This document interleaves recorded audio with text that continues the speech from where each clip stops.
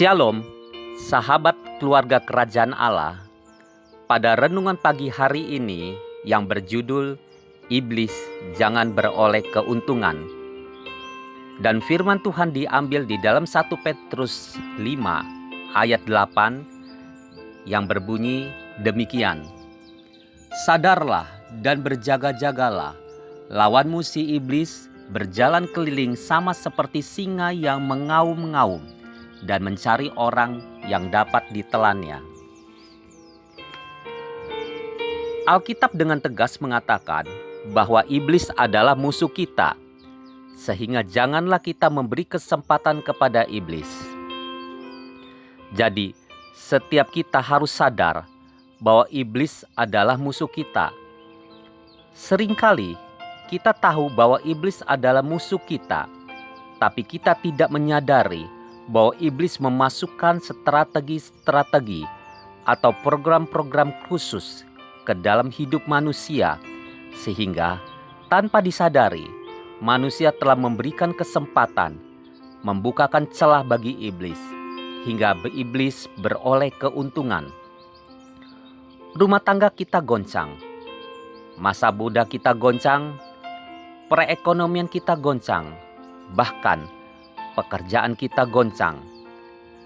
Dalam hidup kita, Tuhan sudah sangat luar biasa. Tapi seringkali yang memungkinkan setan menembus hidup kita, yaitu ketika kita menyediakan celah di dalam hidup kita. Nah, kapan sebetulnya iblis beroleh keuntungan? Iblis beroleh keuntungan ketika kita tidak sungguh-sungguh. Jika hidup kita tidak sungguh-sungguh, disitulah iblis beroleh keuntungan. Banyak orang gagal bukan karena Tuhan merencanakan kegagalan, bukan karena nasibnya buruk. Banyak orang berkata, "Aku begini ya karena orang tua miskin." Padahal kuncinya bukan karena kemiskinan. Buktinya, banyak orang yang tadinya miskin sekarang berhasil. Iblis akan beroleh keuntungan ketika orang tidak sungguh-sungguh, karena apapun yang dikerjakan dengan tidak sungguh-sungguh tidak akan berhasil. Iblis beroleh keuntungan ketika hidup kita tidak fokus.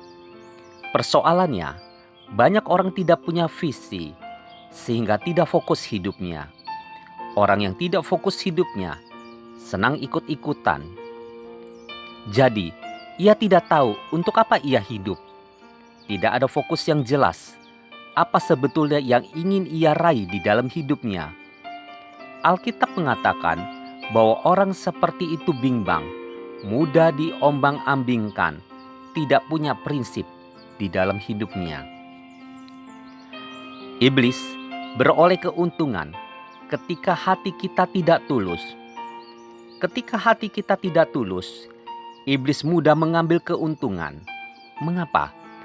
Karena ketika kita tidak tulus, iblis mulai menaruh iri di dalam hati kita, mulai menaruh keserakahan di dalam hati kita, sehingga hidup kita tidak pernah benar di hadapan Tuhan. Iblis beroleh keuntungan ketika kita menyimpan dendam. Kalau kita terus saja teringat akan hal-hal yang sudah di belakang kita, hal-hal yang menyakitkan, yang mengecewakan, maka iblis mengambil keuntungan di dalamnya. Sebagai hamba Tuhan, saya mau ingatkan, jangan sampai iblis beroleh keuntungan. Persoalan apapun yang saudara hadapi saat ini, tetaplah fokus pada Tuhan. Kerjakan apa saja dengan sungguh-sungguh. Sebagai suami, kasihanilah istri saudara dengan sungguh-sungguh. Sebagai istri, kasihanilah suami saudari dengan sungguh-sungguh. Kalau saudara mengerjakan dengan sungguh-sungguh, maka langkah-langkah hidup saudara akan penuh kemenangan. Amin. Sampai berjumpa pada esok hari. Selamat beraktivitas. Tuhan Yesus memberkati. God bless you.